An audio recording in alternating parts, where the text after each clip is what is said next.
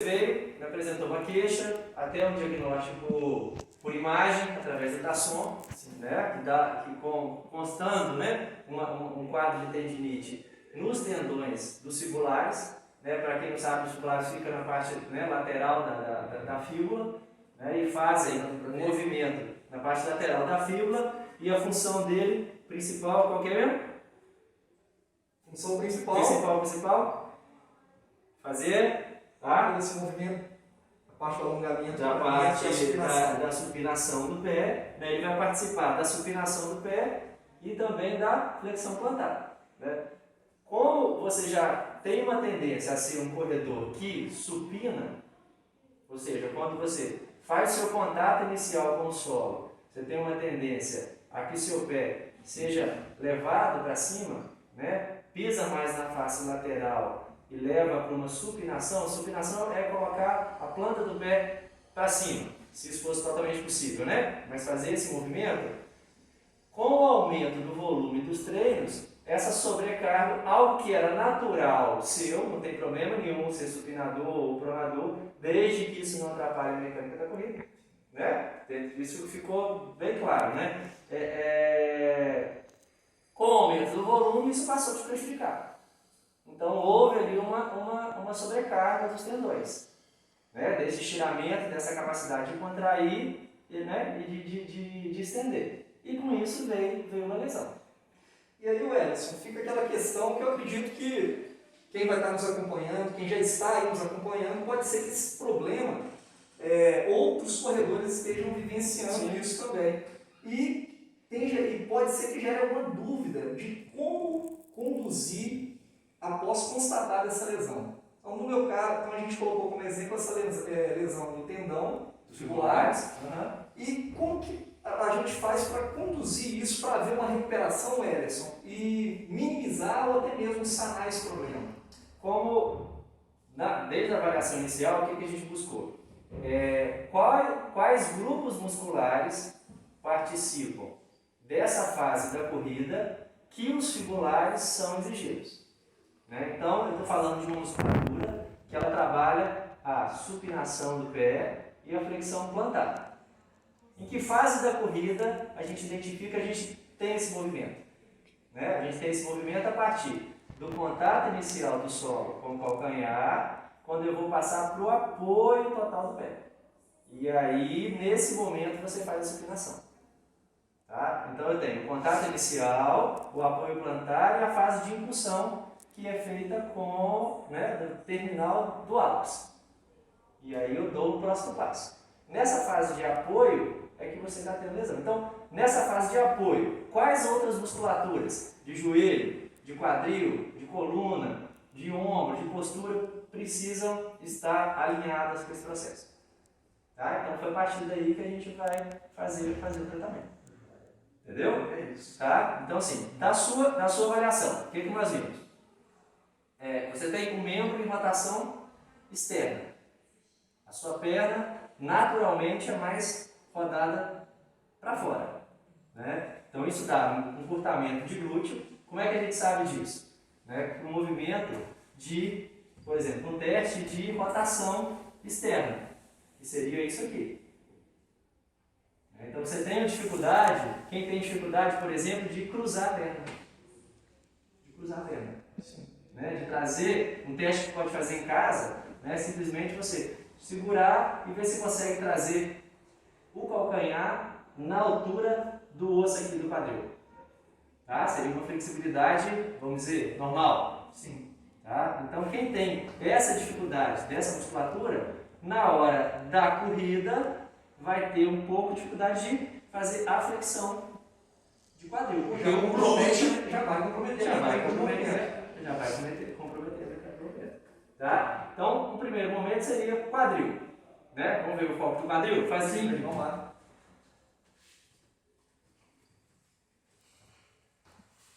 Então, aqui ele está fazendo já uma posição para alongamento de quadril.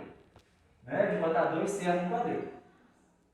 Como é que você pode potencializar esse movimento? Você deitando em cima, aumenta a lordose e joga o tronco inteiro para frente. mantendo a lordose. Segura. Você vai conseguir um alongamento maior da região do quadril. Tá? Para que eu preciso de um glúteo flexível? A musculatura rotadora externa do quadril, pensando em glúteo máximo, flexível. Porque se ela não tiver uma flexibilidade suficiente para me permitir fazer a musculatura ao contrário, né? Para me permitir fazer os flexores de quadril, trazer minha perna para eu dar uma próxima passada, eu vou ter uma dificuldade nesse movimento. Essa limitação já vai gerar uma outra situação. Gerar uma outra situação. Então, aquilo que o quadril iria me facilitar no momento da passada, eu vou ter que jogar isso para uma outra articulação, por exemplo, o joelho. Emerson, existe uma questão, a questão da flexibilidade. Alguns mitos da pessoa, então não posso trabalhar muita flexibilidade, não. Existe um limite de flexibilidade? Uma pessoa, ele é muito flexível, não vai servir para a corrida. Existe alguma relação que você tenha, conhecimento nesse sentido? Porque quanto mais o músculo estiver alongado, o que você está dizendo vai facilitar toda a mecânica do movimento, né? Agora, tem um limite de alongamento, de mais, de menos. Lógico que o de mais gera uma lesão. Gera uma lesão, né? Com certeza. Flexibilidade e força estão lado a lado. Você trabalha flexibilidade. Trabalho flexibilidade, trabalho força. Se eu tenho uma perda de flexibilidade, eu vou ter uma perda de força. Né? Porque a força do músculo é uma força elástica. Tem uma capacidade de extensibilidade que ele vai gerar mais torque, vai gerar mais força. Tá? Então, o limite é, se eu tenho déficit de flexibilidade em qualquer articulação, aquela articulação vai ser mais sobrecarregada porque ela tem um déficit de força. Eu não vou conseguir gerar um movimento suficiente para aquela Que é articulação. o caso do que você falou. Primeiramente do quadril, pensando em quadril, glúteo. Pensando em quadril, glúteo. Né? Então eu preciso, na hora de correr, de flexão de quadril.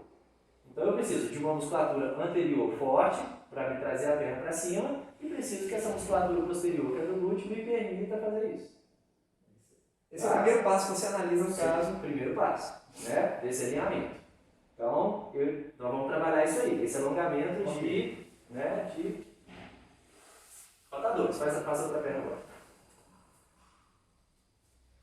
É comum perceber uma diferença de um lado para o outro. Né? Um lado mais curto, um lado você vai ter mais facilidade, um lado vai ter menos facilidade. Isso, estende o joelho. Então, esse seria o movimento. Você está sentindo dor aonde? Toda essa região aqui, Toda a região. parte Do glúteo para a coxa. Isso. Então, em torno de 1 minuto, 1 minuto e meio, até você conseguir perceber esse alongamento.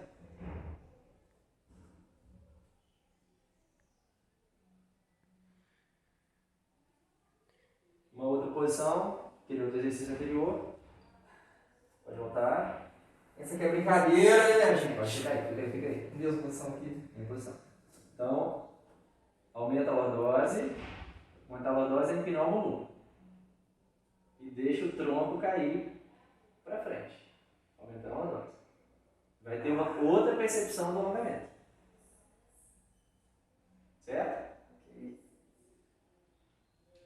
Segura de novo mais 1 minuto. 1 minuto e meio. Eu não gosto muito de prender a tempo, apesar da literatura falar, né, que a partir de 30 segundos, né, 30 segundos a 1 minuto, que é essa questão da flexibilidade, mas a gente não está trabalhando flexibilidade, estamos trabalhando alongamento. Então o fator tempo, ele conta. Né? Diferente de você fazer um trabalho de flexibilidade para um aquecimento, dentro de um exercício de educativo. Sim. Né? No educativo você faz flexibilidade com movimento. Sim. Né? É o que todo mundo chama de esquentar para começar a correr. Isso aí. Não é isso? Vamos ativar o corpo. Vamos ativar o corpo, vamos fazer o exercício de educativo. Né? Mas nessa hora, o trabalho de alongamento é fora da sessão da corrida. Você não vai fazer alongamento na hora de correr. Exato. Na hora de correr, você vai fazer o educativo, você vai fazer o aquecimento de uma musculatura que já tem flexibilidade. Você ganhou uma flexibilidade fora.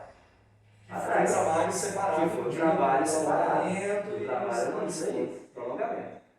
Tá? Então não se faz o alongamento, pensando em aumento de flexibilidade do músculo pré-atividade. Né? Nós fazemos um aquecimento, ainda que o aquecimento eu trabalhe flexibilidade. Tem sempre essa briga, né? Tem sempre essa briga. Alonga antes de correr, alonga depois de correr. Vou alongar, não vou alongar, como funciona isso? Né? Então é uma dúvida é uma confusão desses termos. O que é alongamento do que é flexibilização. O que é flexibilidade. Normalmente se confunde e acha que é uma coisa só. E não é. Né? O alongamento em si, eu vou ganhar amplitude de movimento. Eu vou ganhar a amplitude articular, a amplitude da flexibilidade do músculo. Tá? O trabalho de flexibilidade, o trabalho de alongamento, eu trabalho a flexibilidade. O trabalho da flexibilidade não necessariamente é o trabalho de alongamento. Se a gente for para o joelho, nós vamos pensar em duas musculaturas que ficam aqui na lateral da coxa, na lateral para posterior, que vai prender mais na face lateral do seu joelho, que é o bíceps. O bíceps não tem só aqui, né? O bíceps da coxa. Ele vai fazer tanto a flexão do joelho, mas ele participa da rotação externa. Tá? Então, nesse movimento de te pedir para flexionar o tronco, né, que você tinha muita dificuldade, a gente está testando basicamente os isquiotibiais. Semitendinoso, semimembranoso. Tá? Mas se eu quiser testar um pouco mais a rotação, eu teria que botar o pé um pouco mais para dentro e depois flexionar o tronco. Faz pra gente aí. Deixa os dois pés para frente. Não sei se está todo mundo vendo. Tá, dá para ver. Flexiona o tronco. E fala para mim qual que é a diferença da sensação. Leva a mão para o pé. Coloca a mão atrás onde você está sentindo alongar. Aqui atrás. Isso. Né? Volta. Coloca os dois pés para dentro. O cambotinho. Cambotinho. Tenta fazer o mesmo movimento. O que vai acontecer? Ficou mais fácil ou mais difícil? Mas tá bem mais difícil. Bem mais difícil. A sensação foi para onde agora? Do alongamento. Agora parece que está indo para lá, pegando um pouquinho da lateral. Mais para lateral. Tá? O que a gente vê quando o pessoal está querendo começar a correr? Aquele alongamento. Chega ali e faz assim. Né? Aquele segura aqui, dinâmico, né? segura aqui, segura ali e sai correndo. Vai embora. Né? Isso não trabalhou de alongamento. Tá? Então, para a gente fazer o alongamento dessa musculatura, para ganhar essa rotação, até a gente chegar lá no pé. Não chegamos no pé ainda.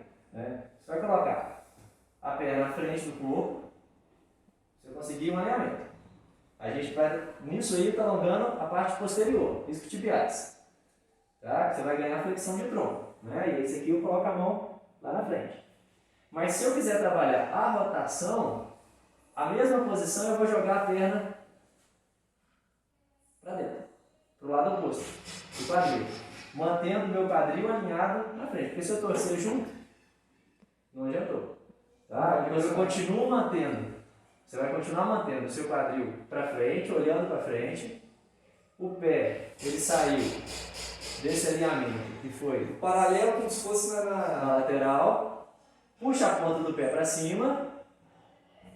E agora eu vou fazer a flexão de tronco.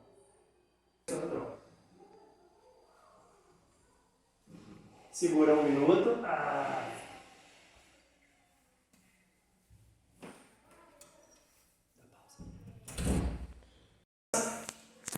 Posterior aqui. Isso. Né? Agora só vamos mudar uma posição. Sua perna saiu do alinhamento quadril, ela vai vir para o lado de cá. Já está doendo. Já está doendo. Agora a gente está alongando mais a parte lateral. Joga as mãos aqui para frente. Nossa. Como é que você vai potencializar esse exercício? Puxando a ponta do pé para cima. O tempo todo, a gente vai lembrar do seu mecanismo de lesão. Qual é o seu mecanismo de lesão? Supinação. Rotação externa. Ficou mais fácil ou ficou mais difícil? Agora não. Está super confortável. Por quê? Porque esse é o seu padrão natural. Para você conseguir ganhar essa flexibilidade, a gente tem que ir numa direção contrária ao seu padrão natural. Então vamos fazer uma rotação interna e o seu pé em dorsiflexão. Tá fazendo careta. Puxa a ponta do pé para cima. E agora foi bem nessa direção. Ficou bem mais difícil. Isso aí a gente vai permanecer. Vamos repetir isso 2 a 3 vezes numa sessão, em torno de 1 minuto, o tempo que você tolerar uma dor, que você consiga sustentar e perceber essa flexibilidade. E dói, tá? Alongamento tem que ser aquele lema, devagar e sempre. Tá? Sem pressa e sem pausa. Então, movimento lento e movimento contínuo. Tá? Não adianta nada você sentir uma dor muito forte e ficar aqui 10 segundos e ir embora. Tranquilo? Vamos lá. Eu quero saber, você que corre, que está assistindo aí, quero saber quem aí faz um trabalho de alongamento, hein? E não adianta me enganar não, hein? Agora, chega aqui. Quero saber. Léo, tu acha? Eu tenho para mim que é uma minoria de corredores. Minoria. Vocês podem estar me ajudando aí. Uma minoria de corredores que fazem esse trabalho de alongamento. Vamos para frente. Ai. Puxa a ponta do pé para cima. E sustenta. Então agora a gente está trabalhando mais a articulação do joelho. Ok. Tá? Então invertendo esse padrão de rotação externa. Então ajudando você a ganhar um pouco mais de rotação interna. No tornozelo você pode usar um degrau de uma escada, pode usar uma rampa, porque o objetivo é a gente alongar a musculatura da panturrilha, tá? Para depois a gente chegar no pé. Então, o exercício mais fácil conhecido, o alongamento de panturrilha, deixa a metade do pé, né, o final aqui dos dedos do antepé apoiado, você vai jogar o calcanhar, o peso no calcanhar. Tá? E aí lembrando de novo, vou botar, é sempre trazer para a funcionalidade. Qual que é o mecanismo de lesão? O que eu quero corrigir? Não é fazer alongamento por alongamento. Aleatoriamente. Não é exercício por exercício. Né? Que não traz significado, né? Traz significado. Então eu quero corrigir a minha supinação. Então eu vou posicionar o pé com uma ligeira rotação interna. Tá? O meu membro está rodado internamente. Porque se eu for fazer alongamento nessa posição, com os pés para fora, isso já é cômodo. É cômodo. Né? O negócio tem que ser incômodo. Tá? Então vamos colocar os pés, e aí eu jogo o peso do meu pé todo o peso do meu corpo no calcanhar. E sustenta. E sustenta. De novo, no mínimo 30 segundos. Quanto mais tempo eu conseguir fazer isso, em termos de tempo mantido, melhor. Quanto mais repetições eu fizer, melhor. Okay? Tá? Por mais tempo.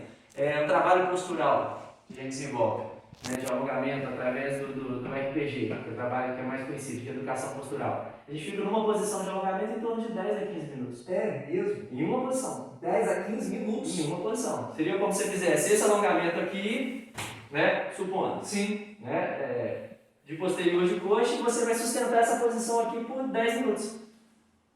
Né? E aí quebra totalmente aquela história do padrão que o alongamento tem que ser 30 segundos. Totalmente. Tá? Então, um trabalho de flexibilização, de novo, é diferente do trabalho de alongamento. A gente está falando de perda de amplitude da articulação. Então, eu preciso de mais tempo para ela responder. Alongamento. É porque levou tempo para ficar encurtando isso ao longo da história de cada um, né? Então, a gente fica sentado com flexão de quadril e com flexão de joelho. Então, tem que fazer esse trabalho inverso. Então, sobe aqui de novo.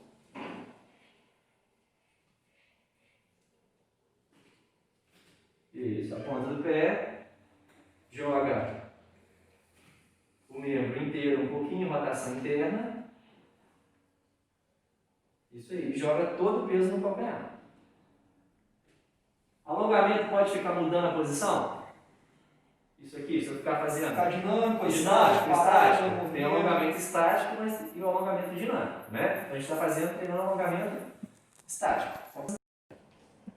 Volta um pouquinho. Coloca o pé mais em rotação interna.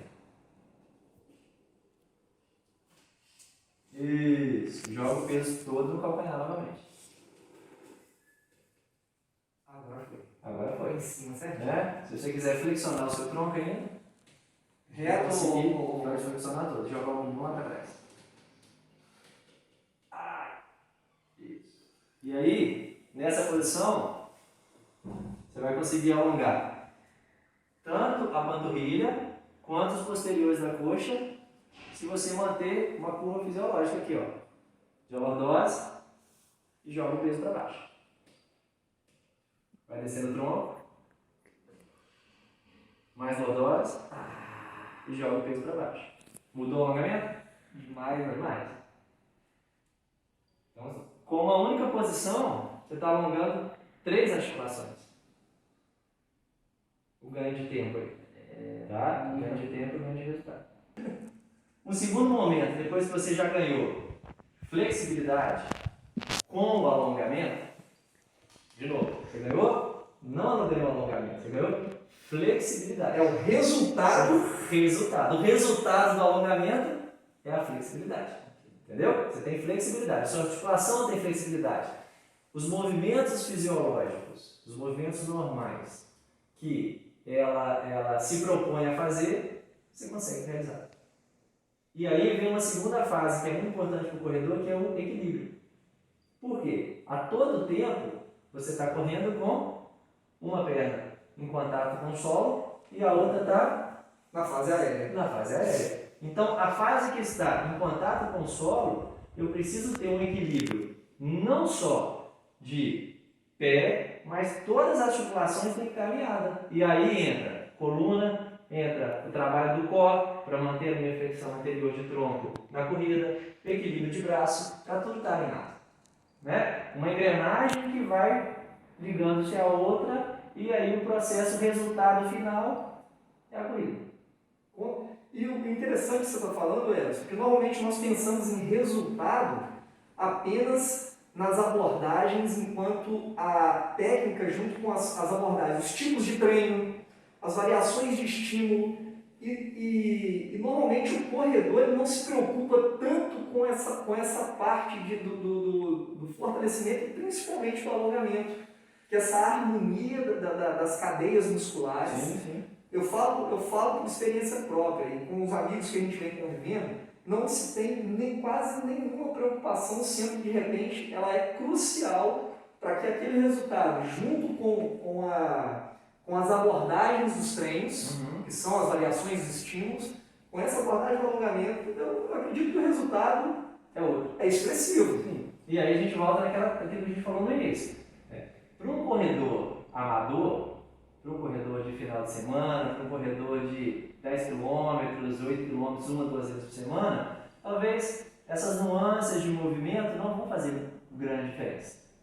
Tá? Mas se eu estou pensando em performance, atleta, em aumentar, em ganhar pódio, né? Então o trabalho muda, tem que ser um trabalho mais amplo, que vai entrar o fisioterapeuta, vai entrar o treinador de corrida e também o treinador de musculação. Porque de repente ele precisa realmente de um trabalho de força específico em alguma cadeia muscular. Com certeza. Porque dependendo da distância que ele for escolher. Por exemplo, curtas distâncias, ele vai ter que fazer um trabalho de potência. Sim. Isso consegue no salão de musculação. Né? Longas distâncias, aí já é um trabalho muscular para que ele suporte por mais tempo aquela determinada carga. Verdade. E o nutricionista, né, Anderson? Com certeza. Você tem que comer também, né, gente? Tem que comer. Tem que comer bem. Tá. É só pensar no porte físico do Bolt e pensar num porte físico de um keniano. Que é o recordista tipo Kipchoge aí, ó. Vai ter uma corrida agora início de outubro. Então vai dizer que ele com aquele porte físico todo, toda aquela musculatura desenvolvida, ele não faz um trabalho de força com musculação? Verdade. Né? Com certeza. Então precisa, de acordo com o que é o seu objetivo. Qual é o seu objetivo da corrida? Qual é? É uma corrida recreativa? É uma corrida que é só para um condicionamento cardiorrespiratório? É uma corrida que é para ganhar, para perder peso? Sim. Ou não? É uma corrida para realmente compensar? Você quer investir um pouquinho mais? É o objetivo. Percebeu, né? Sim. Então aí muda a abordagem. E a longevidade também está ligada a isso, né, Wellington? Sim. Se, por exemplo, porque há os atletas de alto rendimento, é diferente a gente até separar isso, né, Wellington? Por Sim. exemplo, nós somos atletas amadores e a gente quer alcançar um bom resultado dentro da nossa condição, que é a faixa etária, as condições, que normalmente são pais de família, trabalham o dia todo. Então, é conciliar tudo. Tem como a gente fazer um bom trabalho para a gente ter um bom resultado dentro de nossa categoria. Porque às vezes atletas de alto rendimento, às vezes têm carreira curta. Sim. Na maioria dos esportes, a carreira encerra, vamos colocar 40 anos, 42 anos, não dá para aquele alta performance, e estamos falando de atleta elite. Agora, esse atleta que nós estamos falando, que são atletas amadores, a gente pode correr o resto da nossa vida e fazer um bom trabalho para chegar a essa performance, a esse resultado. Esse trabalho é essencial. E aí tornar esporte é saúde. Exato. Não? Bom demais, velho. Vamos ver o equilíbrio? Vamos então, lá. uma fase. Deixa eu ver quanto tempo está rolando aqui, Edson. Só para a gente fazer a conta aqui. Ih, perdi a noção do horário, deixa eu ver aqui. Tem 35 minutos. 35, ótimo. Tem muito chão para a gente. Mais ou menos, né? 35 minutos. Então vamos lá. A segunda fase seria equilíbrio, para a gente finalizar. Tá? O equilíbrio unipodal e o equilíbrio unipodal na ponta do pé. Tá? Então, o teste básico para a gente treinar equilíbrio, né, para a gente testar esse equilíbrio, simplesmente ficar na ponta do pé, tirar o outro pé do chão. Você consegue fazer isso? Fazer com um apoio. Fazer com um apoio. Uhum. Isso. Sustentar em torno de 10 segundos. Você vai perceber uma acomodação no pé, seus tendões, né? Vai estar contraindo. Hora vai estar contraindo a parte medial, hora vai estar contraindo a parte lateral, para tentar equalizar esse equilíbrio, porque equilíbrio ele é articular, muscular, tendíneo, receptores, né? Para trazer essa propriocepção, mas ele também é central, tá? A nível de labirinto, a nível de cerebelo. Então, esse conjunto todo tem que estar alinhado. Essa retroalimentação. Aquilo que está acontecendo no seu pé, ele acende ao seu cerebelo e retorna lá para equalizar esse movimento da pisada. E aí, isso é funcional? Ficar no pé só parado? Não, não é funcional. Mas você está em pé, num pé só, e ter que olhar que alguém te chamou para atravessar a rua, ter que olhar para o outro lado. De repente está subindo uma escada, está num pé só, e precisa olhar para cima ou olhar para baixo, aí é funcional. Né? Então muda a direção do seu olhar. O equilíbrio vai ficar, essa acomodação ela vai ficar mais difícil. Sim.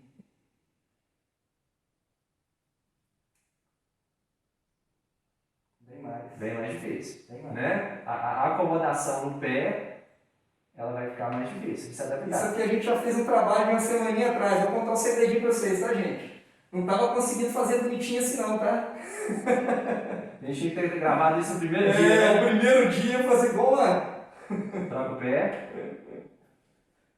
Equilíbrio é importante para corredor? Essencial. É essencial. Essencial. Essencial. Muda a direção do olhar, vai olhar para um lado, para o outro, para cima, para baixo.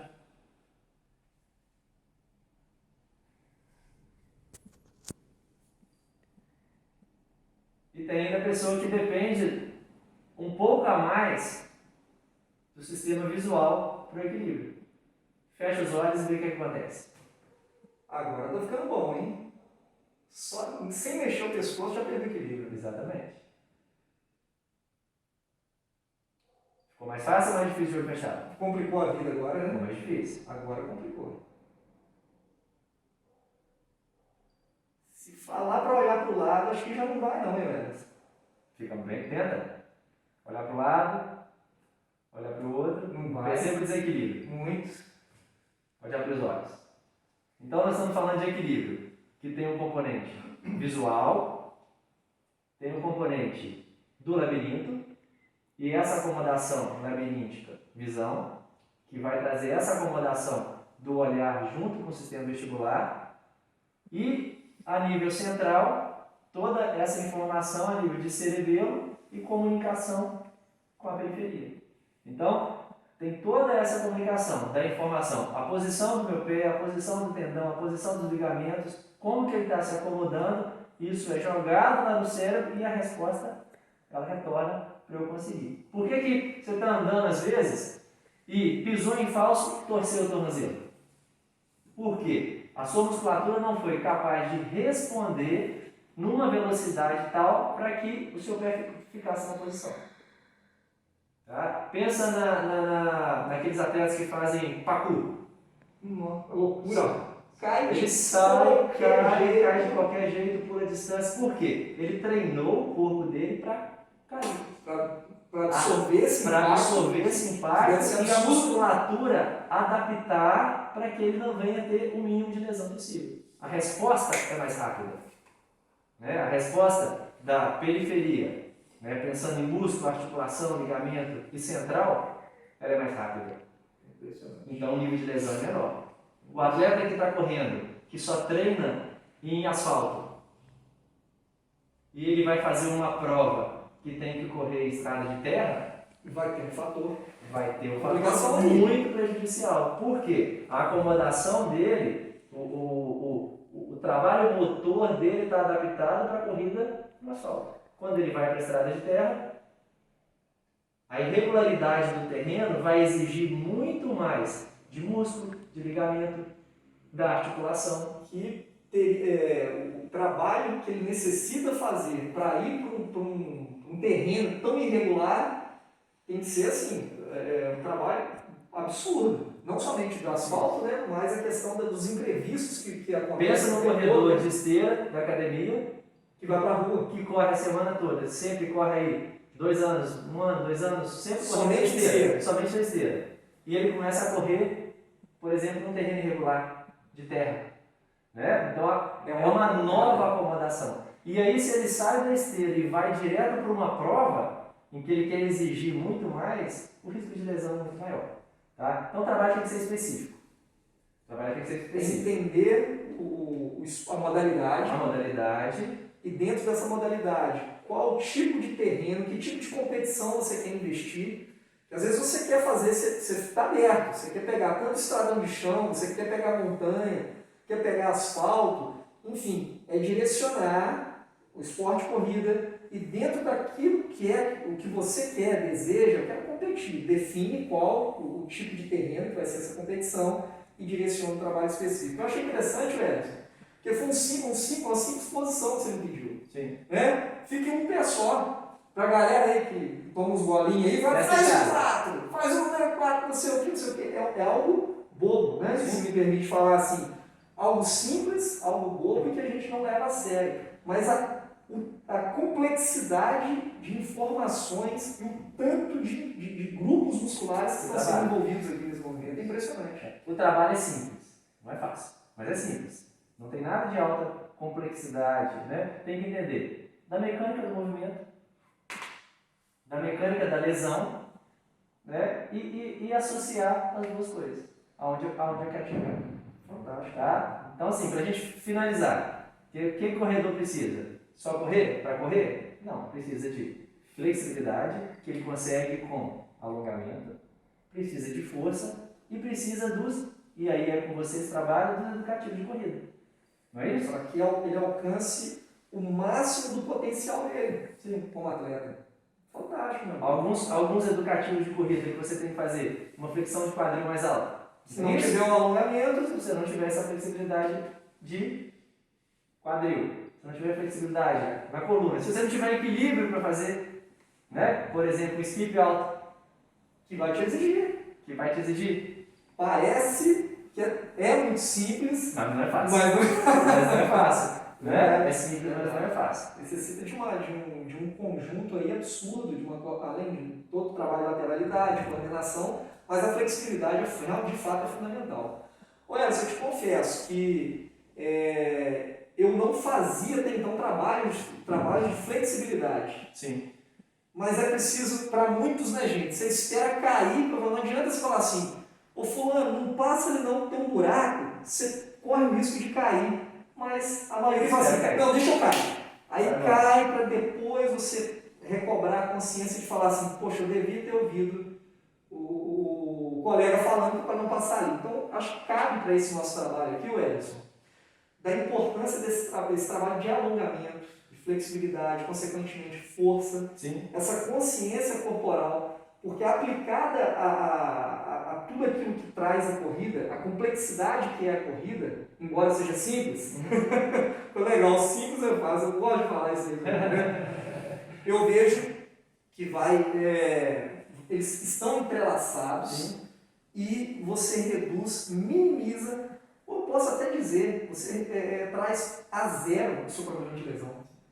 Então eu estou pagando essa conta, mas essa experiência, o bacana, o legal do Ellison também comprou essa ideia com a gente para trazer para você valor, gerar esse valor. Você machucou, isso é normal. Ah, você é treinador, você machucou, você lesionou. Cara, tem um músculo, não estava em consonância, eu preciso fazer um jogo de cadeia, trabalhar também esse conjunto para que haja uma harmonia na minha pisada, para que gere potência, eu gere energia, que você citou também, energia para frente. Então, todo o meu esforço, ele tem que se concentrar para produzir energia para frente. Então, eu estava em desarmonia nessa questão muscular. E trazer para você, se você faz um trabalho de alongamento, parabéns. Se você não faz, pense. Se você está lesionado, muita gente pega conhecidos, que eu não vou citar nome, não quero entregar o ouro de ninguém, que estão com lesão, estão insistindo no treino, achando que vai resolver no treino de corrida, Wellington. Então eu vejo que é um grande erro e cabe uma reflexão. E é isso. Né? Você treina da mesma forma que aquele que quer treinar corrida e vai para a musculação. Sim. Se eu quero treinar, melhorar a minha corrida, eu vou fazer Ele vai boxe. ficar lá no... Não tem, né? Se eu quero treinar corrida, como é que eu treino corrida? Americano. Correndo. É isso aí. Né? Se eu quero treinar força, eu vou fazer um trabalho de força, musculação. Se eu quero trabalhar, se eu preciso de flexibilidade, eu vou trabalhar alongamento. Então, a especificidade. E que esse trabalho, todos esses trabalhos sejam direcionados para a corrida. É isso aí. E aí sim. Legal.